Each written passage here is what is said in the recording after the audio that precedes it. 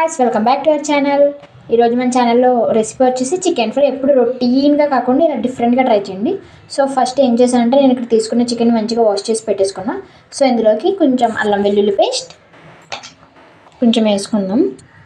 And ఇందులోకి కొంచెం red chilli powder మీ స్పైస్కి తగ్గట్టు వేసుకోండి. నెక్స్ట్ వచ్చేసి కొంచెం టర్మరిక్ అండ్ సాల్ట్ కూడా వేసేసుకుందాం మనం. నేను ఇక్కడ రాక్ సాల్ట్ యూస్ చేస్తున్నా.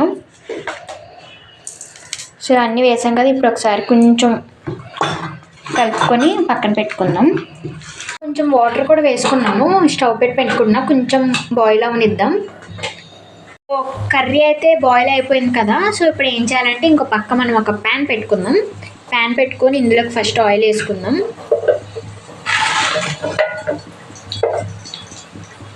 సో మీకు సరిపడినంత ఆయిల్ వేసుకోండి. ఫస్ట్ చేసి పెట్టుకుని ఆనియన్స్ వేసుకుందాం. ఇవి కొంచెం ఫ్రై అవ్వాలి. ఆనియన్స్ అయితే ఫ్రై అవుతున్నాయి కదా. సో ఈ ఫ్రై అవుతున్న దాంట్లోకి ఏం చేయాలంటే మనం చిన్నగా బిర్యానీ ఆకు అండ్ కొంచెం ఇలాచి, చెక్క అండ్ లవంగాలు కొన్ని వేసుకుని ఇవి కూడా ఒకసారి కొంచెం ఫ్రై చేద్దాం. సో ఈ ఫ్రై చేస్తున్న ప్యాన్లోనే ఆనియన్స్ ఉన్నాయి కదా. సో ఏం చేశానంటే ఇందాక పక్కన పెట్టుకున్నాం కదా బాయిల్ చేసి చికెన్, ఆ చికెన్ కూడా వేసాను. ఇప్పుడు కలుపుదాం బాగా. కొంచెం ఫుడ్ కలర్ కూడా వేసుకున్నాను నేను.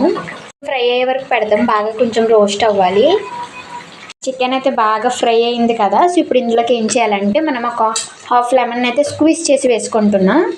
సో టేస్ట్ బాగుంటుంది అన్నమాట. సో హాఫ్ లెమన్ వేసుకున్నాను నేను, లెమన్ జ్యూస్.